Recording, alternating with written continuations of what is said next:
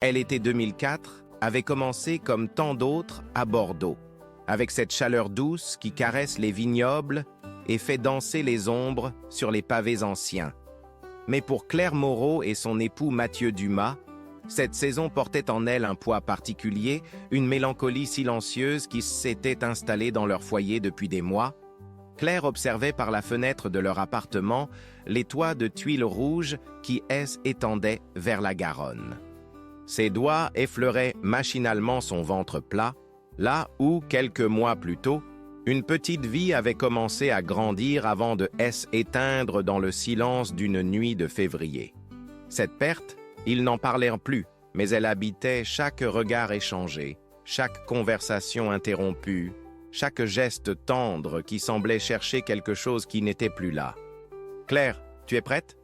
La voix de Mathieu résonna depuis le couloir, portant cette tendresse forcée qu'il adoptait désormais quand il s'adressait à elle, comme s'il craignait qu'un mot de trop ne la brise. Elle se tourna vers lui, ce bel homme de 32 ans aux cheveux châtains que les années d'ingénierie civile avaient rendu précis dans chaque geste, méticuleux dans chaque projet. Aujourd'hui, ses yeux verts trahissaient une inquiétude qu'il tentait de masquer derrière un sourire d'encouragement. « Oui, je crois que j'ai tout », répondit-elle en refermant sa valise. « Les Pyrénées-Atlantiques nous attendent, Hendaye. » Ce nom avait surgi lors d'une soirée difficile, quand leur silence était devenu plus lourd que leurs mots.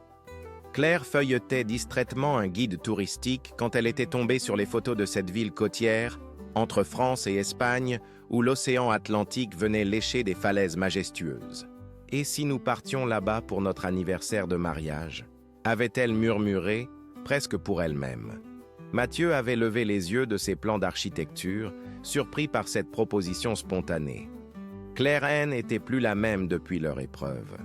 La femme passionnée qui dévorait les livres de biologie et partageait avec enthousiasme ses découvertes sur la faune marine était repliée sur elle-même, comme une fleur qui se referme à l'approche de l'hiver. « Hendaye », avait-il répété, goûtant le nom sur ses lèvres. « Pourquoi pas ? Nous avons besoin de changement d'air. » Ce changement d'air, il l'espérait réparateur. 5 jours loin de Bordeaux, loin des souvenirs qui hantaient chaque coin de leur appartement, loin des regards compatissants de leurs proches qui ne savaient plus quoi dire face à leur douleur muette. Le voyage en voiture vers le sud-ouest fut ponctué de conversations légères sur le paysage qui défilait, les vignobles cédant peu à peu la place aux forêts de pins des Landes. Claire avait sorti son appareil photo numérique, un cadeau de Mathieu pour son dernier anniversaire, et prenait des clichés des routes sinueuses, des petits villages endormis sous le soleil de juillet. « Tu te souviens de notre lune de miel en Provence ?»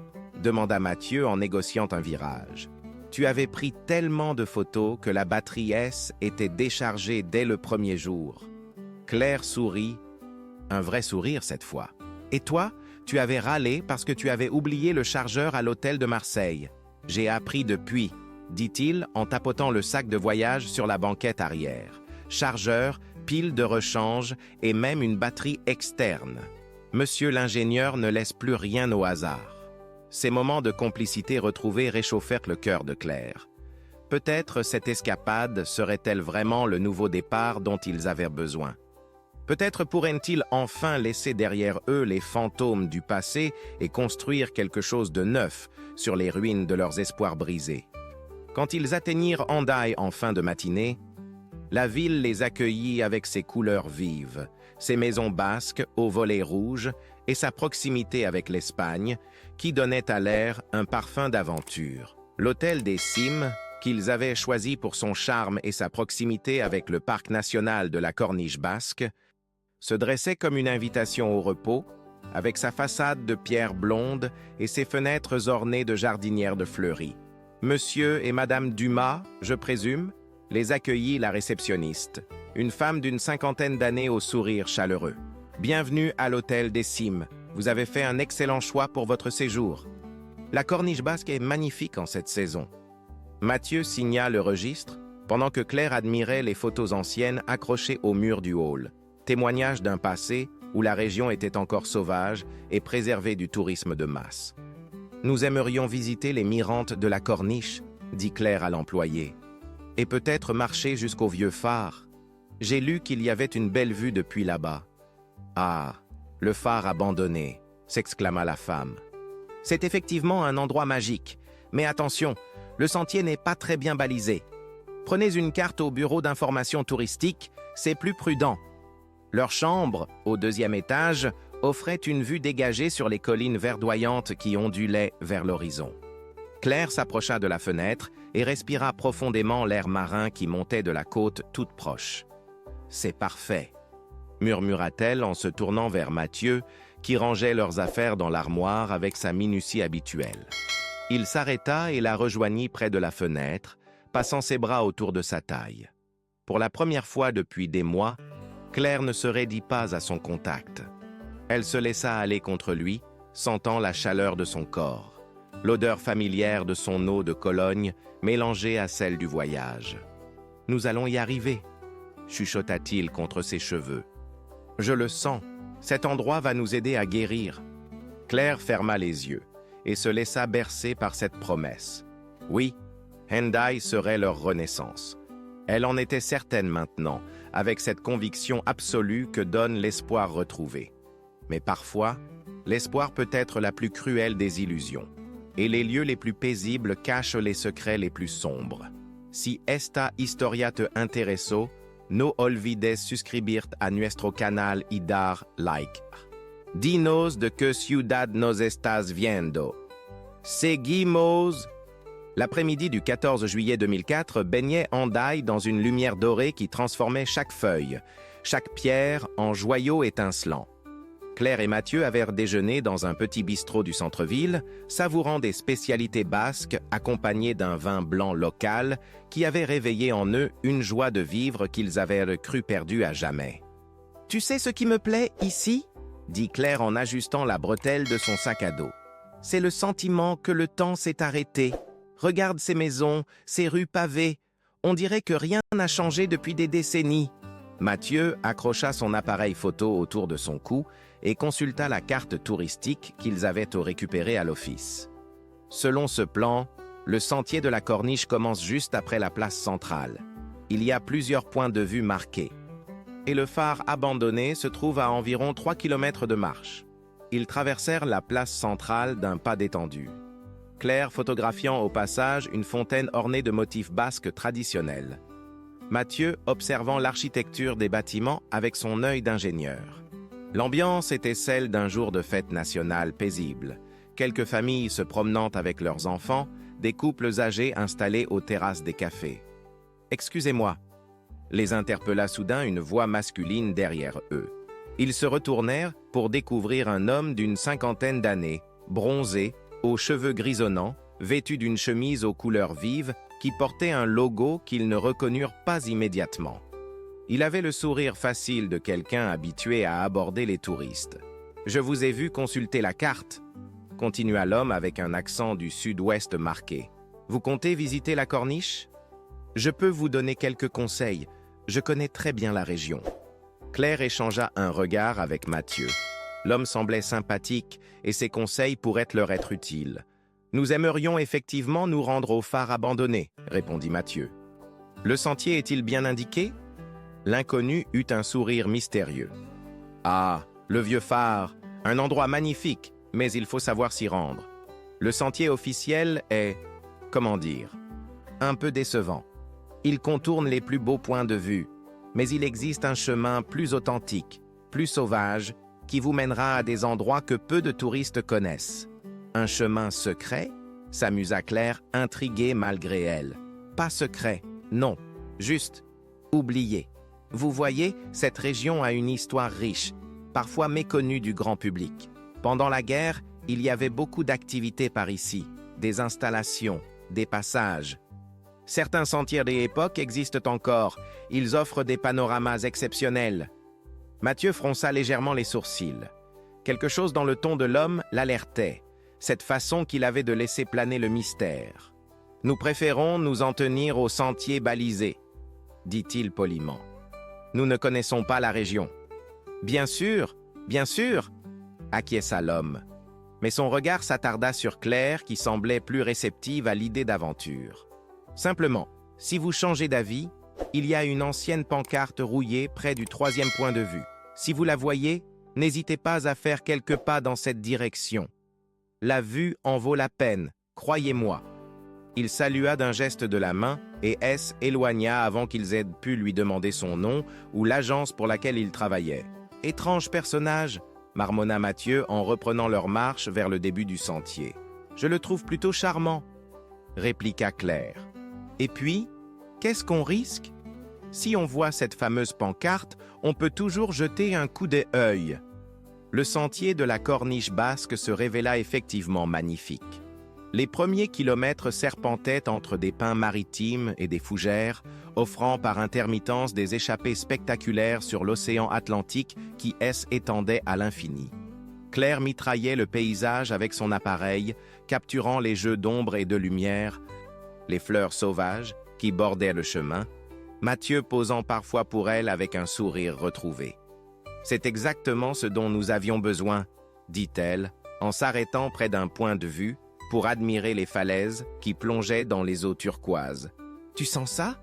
Cette paix, cette sérénité, j'ai l'impression que mes poumons se remplissent enfin d'air pur après des mois d'étouffement. » Mathieu la rejoignit et passa un bras autour de ses épaules.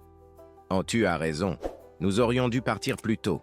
Parfois, il faut savoir prendre du recul pour mieux avancer. » Ils continuèrent leur progression, croisant occasionnellement d'autres randonneurs, échangeant des saluts courtois, partageant parfois quelques mots sur la beauté du site. L'atmosphère était détendue, joyeuse même. Claire sentait renaître en elle cette curiosité naturelle qui l'avait toujours poussée à explorer, à découvrir, à comprendre le monde qui l'entourait. Ce fut au 3e point de vue, alors qu'ils prenaient une pause pour boire un peu d'eau, qu'ils l'aperçurent, presque caché par la végétation, à demi rongé par la rouille et les intempéries.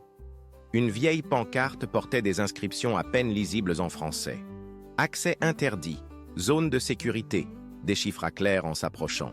« Tu crois que c'est celle dont parlait l'homme de tout à l'heure » Mathieu examina la pancarte avec attention. Elle semblait dater de plusieurs décennies et effectivement, un sentier à peine visible s'enfonçait dans la végétation dense derrière elle. Probablement. Mais tu vois bien qu'il est marqué au accès interdit. Ce n'est pas sans raison. Mais regarde, insista Claire en écartant quelques branches. Le passage n'est pas vraiment bloqué. Et puis, cette interdiction date sûrement d'une époque où il y avait des travaux ou je ne sais quoi. Maintenant, ça doit être sécurisé. Elle avait déjà fait quelques pas sur le sentier clandestin, attirée par cette perspective d'aventure qui réveillait en elle des instincts d'exploration endormis depuis trop longtemps. « Claire, attends !» l'appela Mathieu, mais elle était déjà en train de photographier la pancarte rouillée, trouvant sans doute pittoresque ce vestige du passé. « Oh, juste quelques minutes !» promit-elle, « pour voir où ça mène. S'il n'y a rien d'intéressant, on rebrousse chemin. » Mathieu hésita. Sa nature prudente lui dictait de s'en tenir au programme prévu. Mais voir Claire retrouver sa spontanéité, son goût de l'aventure, le réjouissait profondément. Depuis leur épreuve, elle était devenue si sage, si réservée. La retrouver ainsi, curieuse et déterminée, valait peut-être bien quelques minutes d'écart au règlement. « D'accord », céda-t-il finalement. « Mais on reste vigilant et au moindre problème, on fait demi-tour. » Le sentier interdit s'enfonçait dans une végétation plus dense, plus sauvage que celle du parcours officiel. Des ronces s'accrochaient parfois à leurs vêtements et l'air se chargeait d'une humidité différente, plus lourde, comme si cette partie de la forêt gardait jalousement ses secrets depuis des années. Le sentier interdit révélait peu à peu ses mystères. Après une dizaine de minutes de marche dans cette végétation luxuriante, Claire et Mathieu découvrirent que le chemin S élargissait progressivement, comme s'il avait été autrefois plus fréquenté qu'il n'y paraissait. Des vestiges d'un ancien pavage affleuraient par endroits sous la mousse et les feuilles mortes, témoignant d'un passé où ce passage avait eu son importance. « Tu as vu ça ?» murmura Claire en désignant les pierres alignées. « Oh, ce N n'était pas qu'un simple sentier de randonnée, Il y a eu du travail d'aménagement ici. Mathieu s'agenouilla pour examiner de plus près ces vestiges. Son œil d'ingénieur reconnaissait la qualité de la construction, malgré l'usure du temps. Tu as raison. Et regarde la largeur. C était prévu pour le passage de véhicules, peut-être même de camions. Mais quand? Et pourquoi abandonner tout ça? Plus il progressait, plus le mystère S épaississait. Le sentier serpentait maintenant entre des étranges monticules de terre recouverts de végétation qui ne ressemblaient pas aux formations naturelles de la région. Claire photographiait tout, fascinée par cette découverte inattendue qui transformait leur simple promenade en véritable exploration archéologique. « Mathieu, regarde là-bas !» dit-elle soudain, en pointant du doigt une structure à demi enfouie qui émergeait de la verdure. C était un mur de béton, massif, couvert de mousse et de lierre, mais dont la forme géométrique ne laissait aucun doute sur son origine humaine. En s'approchant, ils distinguèrent une ouverture rectangulaire, comme une porte ou une fenêtre murée depuis longtemps. « On dirait un bunker », souffla Mathieu, impressionné malgré lui. Ça doit dater de la Seconde Guerre mondiale. Cette région était stratégique, proche de l'Espagne. Un bunker? Claire écarquilla les yeux. Tu veux dire qu'il y a eu une base militaire ici, et personne n'en parle dans les guides touristiques? Pas forcément une base. Plutôt des installations de défense côtière, des postes d'observation. Beaucoup ont été abandonnés après la guerre et oubliés volontairement. Certains lieux gardent leurs secrets. L'excitation de Claire était palpable. Cette découverte transformait complètement leur escapade romantique en aventure historique. Elle continuait à photographier chaque détail, chaque angle de cette structure mystérieuse, quand elle aperçut quelque chose qui la fit sursauter. « Mathieu, viens voir ça, vite !» Il la rejoignit près de ce qui semblait être une autre ouverture dans le mur de béton, mais celle-ci n'était pas murée. Un passage sombre s'enfonçait dans les entrailles de la construction, dégageant une odeur d'humidité et de terre fraîche. « Il y a un tunnel », chuchota-t-elle, comme si elle craignait de réveiller les fantômes du passé. « Tu crois qu'on peut entrer ?» Claire. « Non, c'est trop dangereux. On ne sait pas dans quel état c'est à l'intérieur, s'il y a des éboulements, des gaz. » Mais déjà, elle sortait la petite lampe de poche qu'elle gardait toujours dans son sac, vestige de ses habitudes de biologiste qui l'amenaient parfois à explorer grottes et sous-bois lors de ses recherches. « Juste un coup d'œil », insista-t-elle. « Regarde, le sol semble solide et il y a un courant d'air. Ça veut dire qu'il y a une autre sortie quelque part. » Le faisceau de la lampe révéla un couloir en béton d'une hauteur d'environ 2 mètres, aux murs suintants d'humidité mais structurellement sains. Le sol était jonché de feuilles mortes et de débris végétaux, mais restait praticable. 5 minutes, céda finalement Mathieu, gagné par la curiosité malgré ses réticences. Mais on reste ensemble, et au moindre signe de danger, on ressort. Ils s'enfoncèrent dans ce passage souterrain, leurs pas résonnant étrangement dans le silence épais. La fraîcheur du lieu contrastait avec la chaleur de l'après-midi extérieur, créant une atmosphère presque irréelle. Sur les murs, on devinait encore les traces d'anciennes installations, des supports métalliques rouillés, des conduits électriques hors d'usage, des inscriptions à demi effacées dans plusieurs langues. « Ça continue loin ?» murmura Claire en dirigeant sa lampe vers les profondeurs du tunnel. « On dirait que ça descend vers la côte ? Ou vers la frontière ?» ajouta Mathieu en examinant une carte militaire décolorée qui était restée accrochée à un clou planté dans le mur. Ces installations étaient probablement reliées entre elles, un vrai réseau souterrain. Plus ils avançaient, plus l'émotion de Claire grandissait. Cette découverte imprévue donnait à leur voyage une dimension extraordinaire qu'elle n'avait pas ressentie depuis des mois.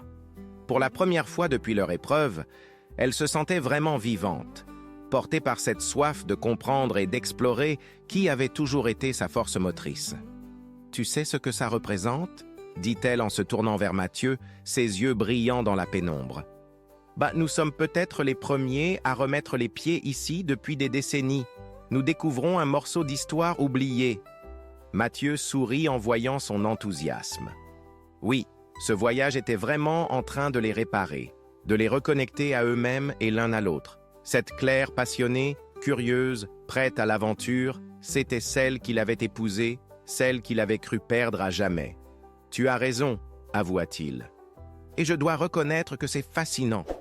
Imagine les histoires que ces murs pourraient raconter. » Ils continuèrent leur exploration, découvrant d'autres ramifications, d'autres salles, certaines partiellement éboulées, d'autres encore intactes. Dans l'une d'elles, ils trouvèrent même des objets abandonnés. De vieilles boîtes de conserve, des lampes à pétrole, des couvertures militaires rongées par l'humidité. « On dirait que quelqu'un a vécu ici », observa Claire en photographiant ces vestiges du passé. « Pendant la guerre, peut-être, ou juste après. » C'est alors qu'ils entendirent le bruit. Un son sourd, régulier, qui venait de quelque part dans les profondeurs du tunnel, comme des pas ou des gouttes d'eau qui tombent sur la pierre.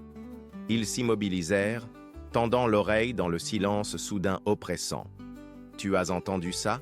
chuchota Mathieu. Claire hocha la tête, le cœur battant. Le son se répétait, semblant se rapprocher.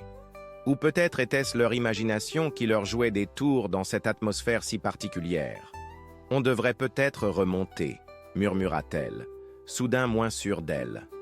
Mais le bruit était arrêté, laissant place à un silence encore plus troublant. Mathieu prit la main de Claire et la serra doucement. « Allons-y. Nous avons assez exploré pour aujourd'hui. » Ils rebroussèrent chemin.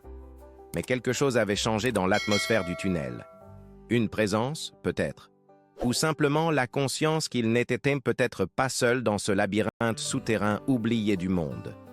Le retour vers la surface se fit dans un silence tendu. Claire et Mathieu pressaient le pas, troublés par ce bruit mystérieux qui avait interrompu leur exploration. La lumière du jour, quand elle réapparut enfin à l'entrée du tunnel, leur sembla plus précieuse qu'à l'ordinaire, comme si elle les libérait d'un sortilège invisible. « On a peut-être rêvé », dit Claire une fois qu'ils furent de nouveau à l'air libre. Mais sa voix trahissait une incertitude qu'elle tentait de masquer. « Peut-être », acquiesça Mathieu sans conviction. « Les vieux bâtiments font parfois des bruits étranges, dilatation, infiltration d'eau. » Il reprirent le sentier officiel, mais l'enchantement de la promenade avait été rompu. Leurs pas étaient plus rapides, leurs regards plus vigilants. Claire continuait de photographier le paysage, mais avec moins d'insouciance qu'auparavant, jetant parfois des coups d'œil par-dessus son épaule, comme si elle s'attendait à voir quelqu'un les suivre. Le phare abandonné, quand ils l'atteignirent enfin, leur offrit un répit bienvenu. Cette construction du XIXe siècle, dressée majestueusement face à l'océan, portait en elle une mélancolie romantique qui contrastait avec l'inquiétude sourde qui les habitait depuis leur passage souterrain. « Il est magnifique », murmura Claire en levant son appareil photo vers la tour de pierre blanche qui se découpait sur le bleu intense du ciel. Et en bon état, malgré l'abandon, observa Mathieu en examinant la structure avec son regard professionnel. La construction est solide. Il pourrait facilement être restauré. Ils firent le tour du phare, découvrant une petite baraque de gardien à demi écroulée et quelques vestiges d'installations techniques. L'endroit dégageait une paix profonde, accentuée par le bruit régulier des vagues qui venaient mourir sur les rochers en contrebas. « C'est étrange », dit soudain Claire en consultant sa montre. « Il est déjà plus de 4 heures. Nous avons passé plus de temps que prévu dans ces tunnels. Le temps passe vite quand on explore, » répondit Mathieu. « Mais tu as raison. Nous devrions commencer à redescendre si nous voulons être rentrés avant la nuit. » Ils prirent quelques dernières photos du panorama exceptionnel qui s'offrait à eux depuis les hauteurs du phare, puis entamèrent le chemin du retour. Le soleil commençait à décliner, projetant des ombres plus longues entre les arbres, donnant au paysage une qualité différente, plus dramatique. C'est en repassant près de l'endroit où ils avaient découvert l'accès au tunnel que Claire remarqua quelque chose d'inhabituel. « Mathieu, regarde », dit-elle en désignant le sol près de l'entrée du passage souterrain. Ces traces de pas, elles n'étaient pas là tout à l'heure. Effectivement, dans la terre humide, on distinguait nettement des empreintes de chaussures qui ne correspondaient ni à celles de Claire, ni à celles de Mathieu. Des chaussures d'homme à semelles épaisses, comme des chaussures de randonnée ou de travail.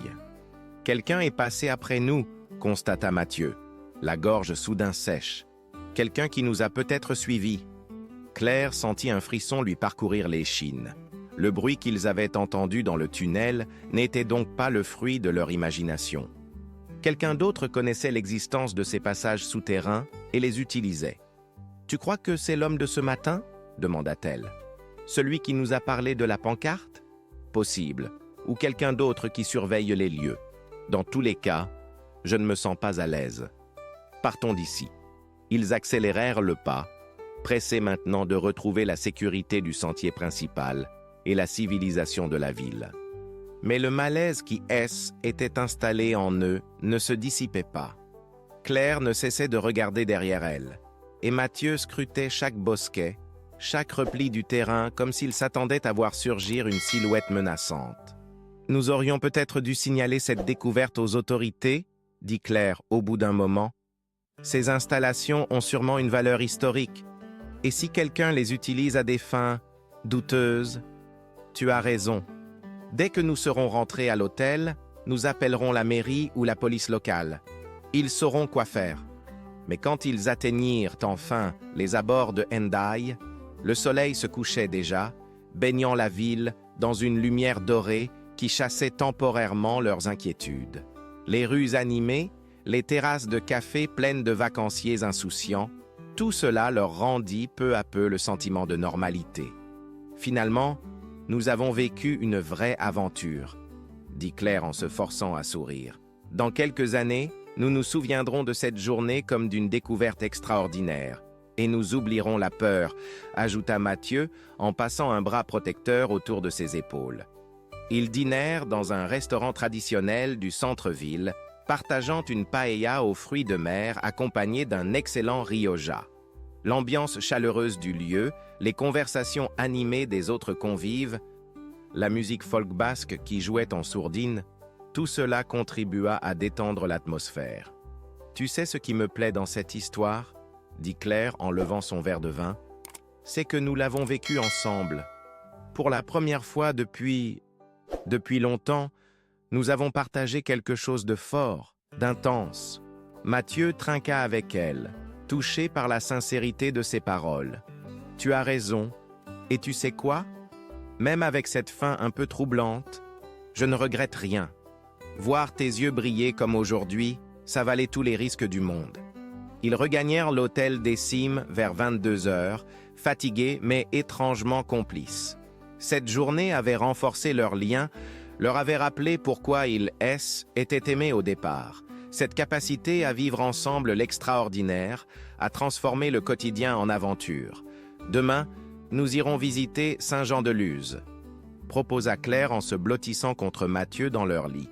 Quelque chose de plus tranquille, de plus touristique. Bonne idée, murmura-t-il en caressant ses cheveux. Mais je dois avouer que cette journée restera inoubliable. Ils s'endormirent dans les bras l'un de l'autre, bercés par le bruit lointain de l'océan et l'impression d'avoir vécu quelque chose d'unique.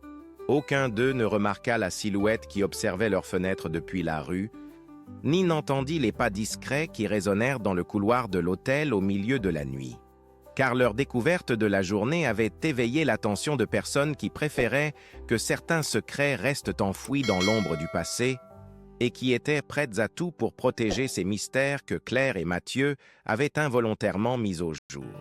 Le matin du 15 juillet se leva dans une brume légère qui enveloppait Hendaye d'un voile mystérieux. Claire fut la première à s'éveiller, troublée par un rêve étrange où elle se perdait dans des couloirs souterrains sans fin, poursuivie par des ombres qui chuchotaient son nom. Elle se glissa hors du lit, sans réveiller Mathieu, et s'approcha de la fenêtre. La ville éveillait paisiblement en contrebas, mais quelque chose dans l'atmosphère lui semblait différent, plus lourd, plus oppressant. Elle secoua la tête, attribuant cette sensation aux émotions fortes de la veille. « Bonjour, ma belle », murmura Mathieu en s'étirant. Bien dormi? Pas vraiment, avoua-t-elle en se retournant vers lui. J'ai fait des rêves bizarres, et toi? Comme un bébé. Cette journée d'hier m'a épuisé, mais dans le bon sens. Ils prirent leur petit déjeuner dans la salle à manger de l'hôtel, échangeant leurs impressions sur leur découverte de la veille, avec la distance que donne une nuit de sommeil. La lumière du jour rendait leurs inquiétudes de la soirée presque dérisoires. « Tu sais, je pense qu'on s'est fait des idées ?» dit Claire en beurrant sa tartine. Ces empreintes pouvaient très bien appartenir à un autre randonneur ou à un garde forestier qui faisait sa ronde. Probablement, acquiesça Mathieu. Et le bruit dans le tunnel, les vieux bâtiments sont pleins de surprises acoustiques. Pourtant, quelque chose les poussa à changer leur plan.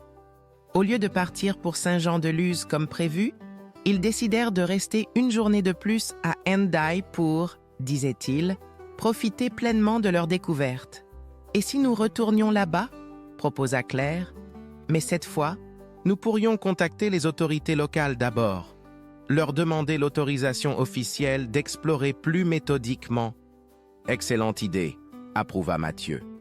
Et nous ferons les choses dans les règles. » Ils se rendirent d'abord à la mairie, où un employé les reçut avec politesse, mais une certaine perplexité. L'homme, un quinquagénaire aux cheveux blancs, fronça les sourcils quand ils lui décrivirent leur découverte. « Des installations militaires dans la corniche ?» répéta-t-il. « Je ne vois pas.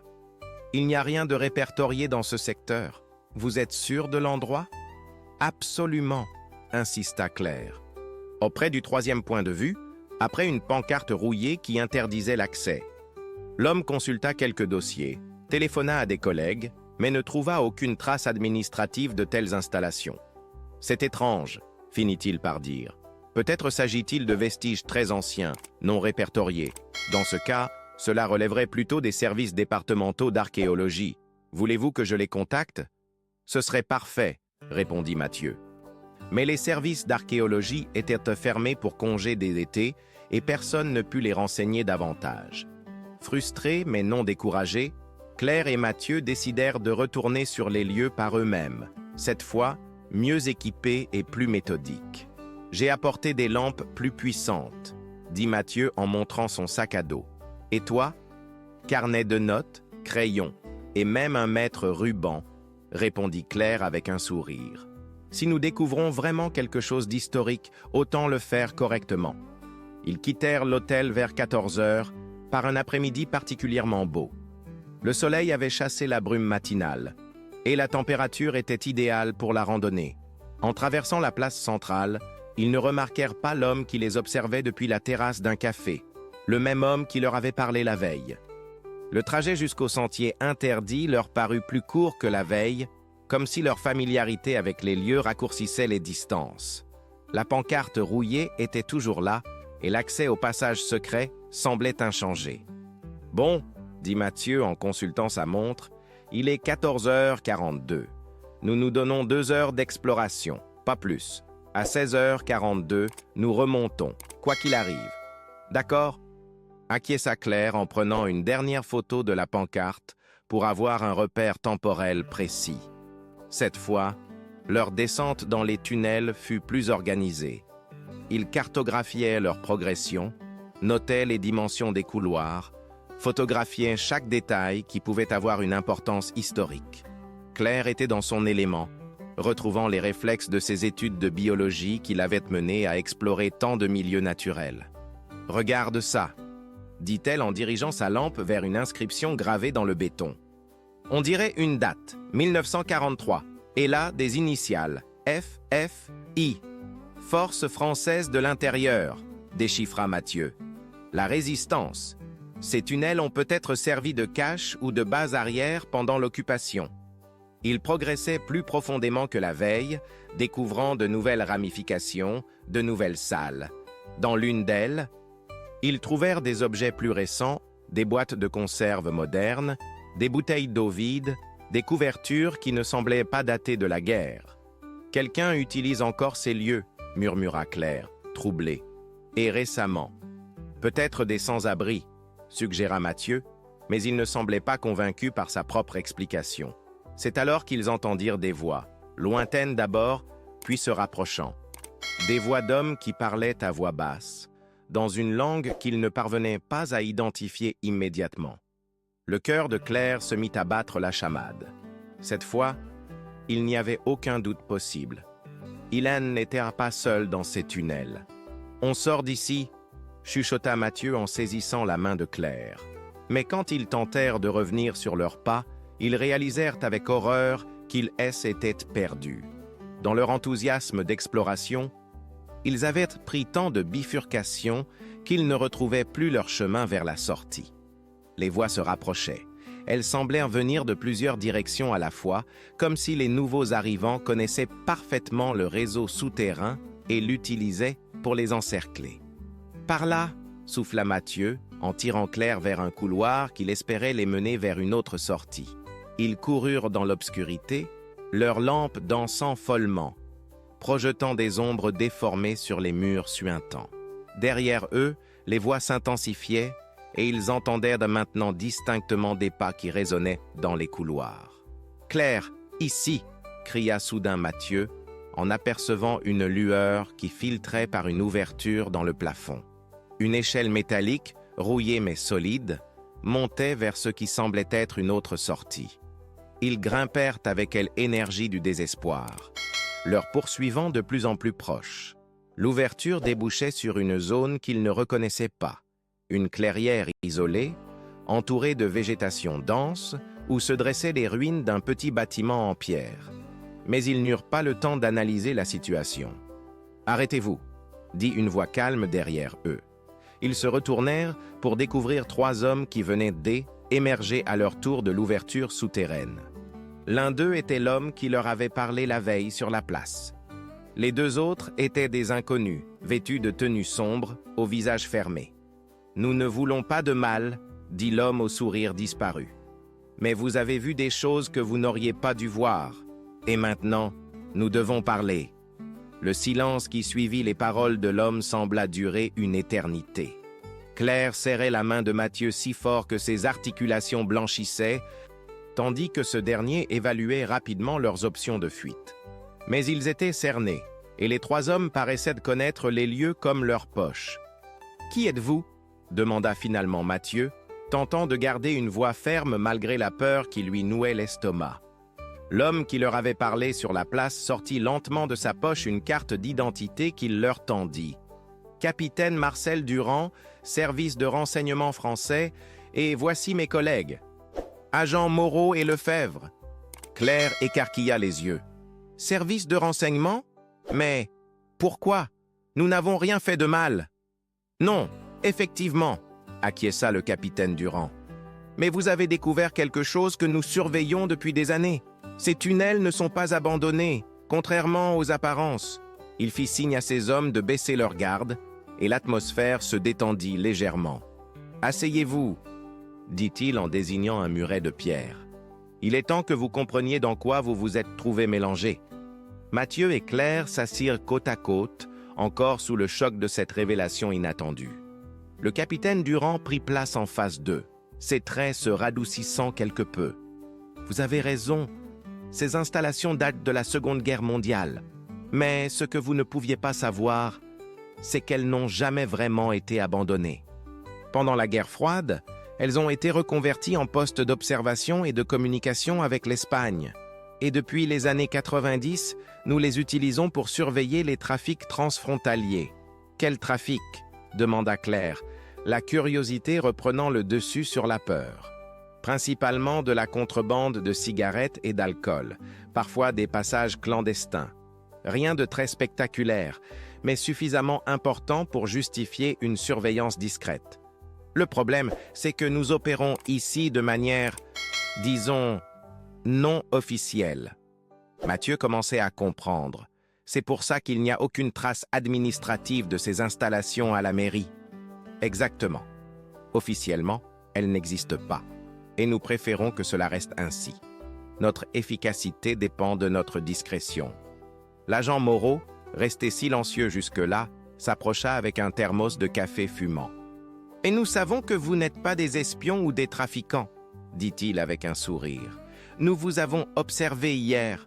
Votre réaction était celle de simples touristes tombés par hasard sur quelque chose d'inattendu. Vous nous observiez, s'indigna Claire. Depuis quand? Depuis que vous avez pénétré dans la zone interdite, avoua le capitaine Durand. C'est moi qui vous ai orienté vers cette pancarte, je l'admets. Nous voulions voir comment vous réagiriez, comprendre vos intentions. Vous nous avez piégés, s'exclama Mathieu, la colère remplaçant la peur. Nous vous avons testé, corrigea Durand. Et vous avez passé le test. Votre comportement a prouvé que vous étiez juste des curieux innocents. Le problème, c'est que maintenant, vous connaissez notre secret. Un long silence s'installa. Claire et Mathieu réalisaient peu à peu l'ampleur de la situation dans laquelle ils étaient involontairement placés.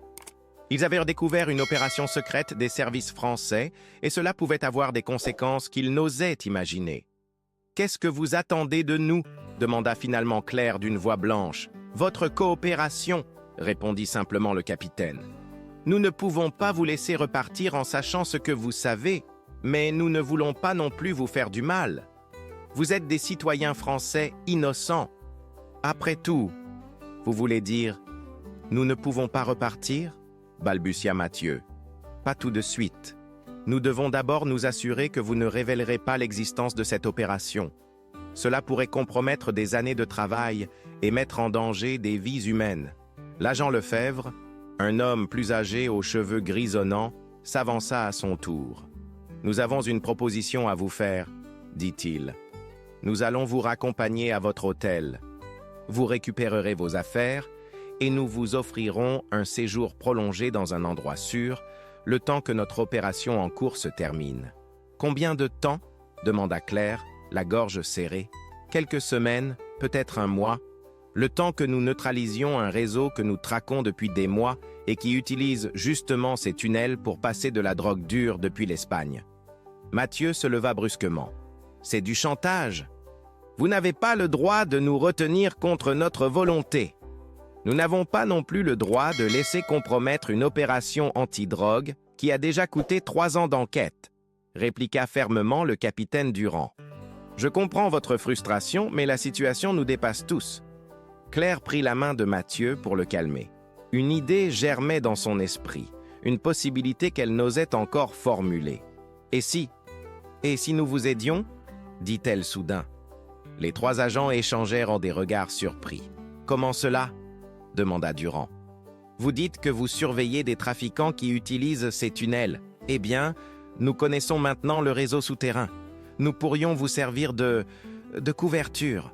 Un couple de touristes innocents qui continuent de visiter la région, sa haine éveille pas les soupçons. » Mathieu la regarda avec stupéfaction. « Claire, tu es folle. Tu veux qu'on joue aux espions ? Je veux qu'on reprenne le contrôle de notre situation, » répondit-elle avec une détermination qui surprit tout le monde, y compris elle-même. « Au lieu d'être des victimes retenues contre leur volonté, nous devenons des partenaires volontaires, et une fois l'opération terminée, nous sommes libres. » Le capitaine Durand l'observait avec un intérêt grandissant. « C'est une proposition intéressante, Madame Dumas, mais extrêmement dangereuse. Plus dangereuse que d'être enfermée on ne sait où pendant des semaines ?» rétorqua Claire. Mathieu comprenait maintenant le raisonnement de sa femme. Elle négociait leur liberté en proposant une alternative active plutôt que passive. C'était du pur Claire. Transformer une situation subie en une situation choisie. « D'accord, » dit-il finalement. « Nous vous aidons, mais à nos conditions. »« Lesquelles ?» demanda Durand, manifestement impressionné par ce retournement de situation. « Premièrement, nous restons libres de nos mouvements. Deuxièmement, vous nous expliquez exactement de quoi il s'agit et ce que vous attendez de nous.